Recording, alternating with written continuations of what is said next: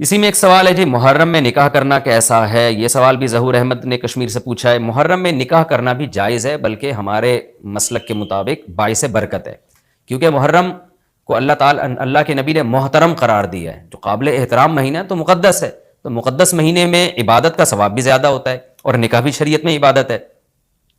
نکاح کیسے عبادت ہے؟ شریعت نے نکاح میں عبادت کا رنگ ڈال دیا ہے۔ دیکھیں آپ کہ نکاح ایک معاملہ ہے، لیکن اس سے پہلے خطبہ بھی ہوتا ہے۔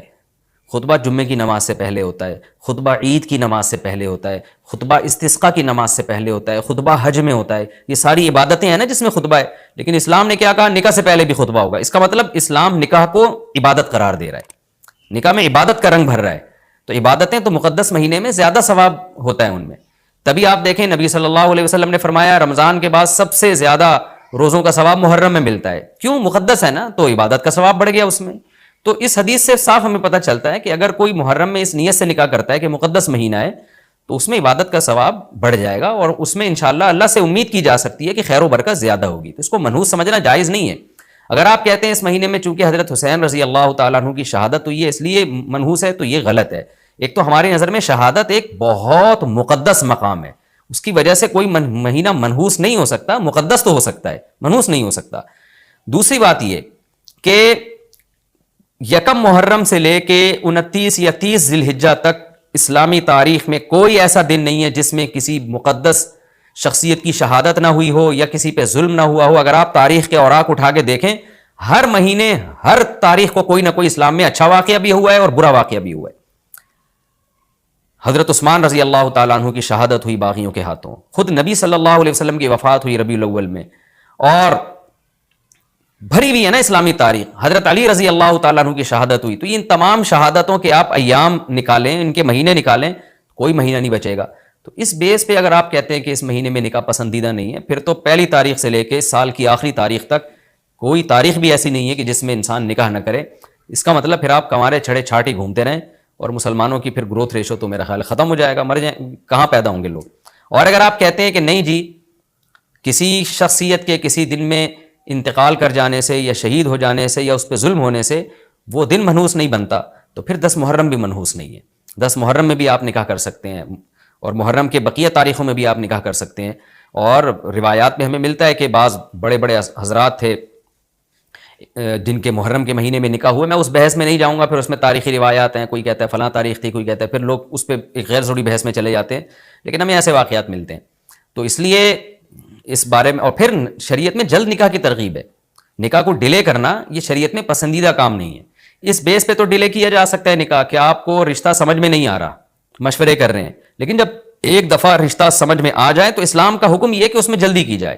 صحیح ہے، بخاری کی مشہور حدیث ہے، نبی صلی اللہ علیہ وسلم کی خدمت میں خاتون آئی، عرض کیا کہ یا رسول اللہ میں آپ سے نکاح کرنا چاہتی ہوں۔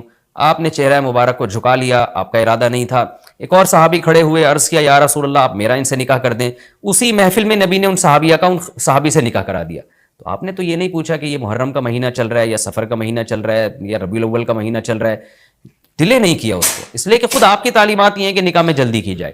تو اگر آپ کو محرم میں رشتہ ملتا ہے، آپ ربیع الاول تک ڈیلے کرتے ہیں محرم کی وجہ سے یا سفر تک ڈیلے کرتے ہیں، تو یہ ڈیلے کرنا خود قرآن و سنت کے خلاف ہے۔ جس چیز میں تعجیل مقصود ہے، جس چیز کو شریعت نے جلدی کا حکم دیا، عبداللہ بن مسعود رضی اللہ تعالیٰ عنہ فرماتے تھے، مصنف ابن ابی شیبہ کی روایت ہے کہ مجھے پتہ چل جائے نا کہ میری زندگی میں صرف ایک رات باقی ہے، اگلے دن میں نے مر جانا ہے، اور میرے نکاح میں کوئی عورت نہ ہو، میں وہ رات بھی نکاح کے بغیر نہیں گزاروں گا، میں بیوی کے بغیر نہیں گزاروں گا، اس خوف سے کہ مجھے کہیں فتنہ نہ ہو جائے۔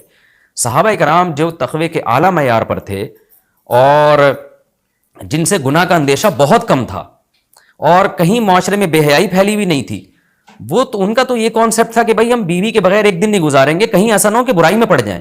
اور آج چاروں طرف بےہودگی پھیل رہی ہے، چاروں طرف بے شرمی، بے حیائی، انٹرنیٹ پر بےہودہ چیزیں، آپ یوٹیوب میں ویڈیو میں جائیں فوش چیزیں آ رہی ہیں، ہر چیز آپ کی شہوت کو برانگیختہ کرنے والی ہے۔ اور اس میں آپ یہ کہیں کہ ایک رشتہ طے بھی ہو چکا ہے، آپ صرف اس بیس پر آپ اس کو ڈیلے کر رہے ہیں، ایک ایک مہینہ، دو مہینہ، وہ لوگ سفر میں بھی نہیں کر رہے ہوتے، اور اس بیس پہ آپ ڈیلے کر رہے ہیں۔ اس میں خطرہ ہوتا ہے کہ مرد کسی گناہ میں نہ پڑ جائے، عورت کسی گناہ میں نہ پڑ جائے، تو شریعت اس کی آپ کو اجازت نہیں دیتی ہے۔ اور پھر اس میں یہ بھی ہوتا ہے کہ اگر آپ ڈیلے کرتے ہیں تو منگنیاں توڑنے کا شیطان کو موقع بہت ملتا ہے۔ میرے سامنے ایسے درجنوں واقعات ہیں، رشتہ طے ہوا، لیکن جی چونکہ محرم ہے یا سفر آ رہا ہے تو ہم ربیع الاول میں کریں گے، یا منگنی کو کسی بھی وجہ سے ڈیلے کر دیا، تو جب منگنی ڈیلے ہوتی ہے، یعنی نکاح ڈیلے ہوتا ہے، منگنی ہو گئی، نکاح کو ڈیلے کر رہے ہیں آپ، اس میں شیطان پھر دونوں کو لڑواتا ہے، منگنیاں ٹوٹتی ہیں، اکثر نفرتیں پھیلتی ہیں، غلط فہمیاں، بدگمانیاں شیطان کو پھیلانے کا موقع ملتا ہے. اس لیے شریعت میں تو منگنی کا لفظ ہی نہیں ہے، شریعت میں ہے خطبہ. خطبہ کا مطلب نکاح کا پیغام بھیجا، ان کو جب سمجھ میں آ گیا تو فوراً نکاح کر دیا، بیچ کا کوئی راستہ نہیں اللہ نے رکھا. تو چاہے وہ محرم ہو، چاہے وہ سفر ہو، چاہے وہ ربیع الاول ہو، چاہے وہ ربیع الثانی ہو. ہاں کوئی اس وجہ سے ڈیلے کر رہا ہے نکاح، کوئی واقعی شرعی عذر ہے اس کو، وہ بہت سارے مسائل ہیں، لیکن محرم کا ہونا بہرحال کوئی شرعی عذر نہیں ہے. تو اس لیے ہم اس میں نکاح کو جائز سمجھتے ہیں، باعث برکت سمجھتے ہیں. پھر میں بار بار بتا رہا ہوں کہ جو وہ شیعہ حضرات جو کر رہے ہیں ان کو کرنے دیں، میں آپ کو آپ کے مسلک کی بات بتا رہا ہوں. ہم جو قرآن و سنت کو اور اصحاب رسول کو فالو کرتے ہیں اور اہل بیت کو بھی مانتے ہیں، ہم ان کی بات کر رہے ہیں. وہ بھی دعویٰ کرتے ہیں کہ ہم مانتے ہیں، تو ان کو ان کے دعوے پہ رہنے دیں. ہم تو وہی بات کریں گے جو ہمیں صحیح لگے گی.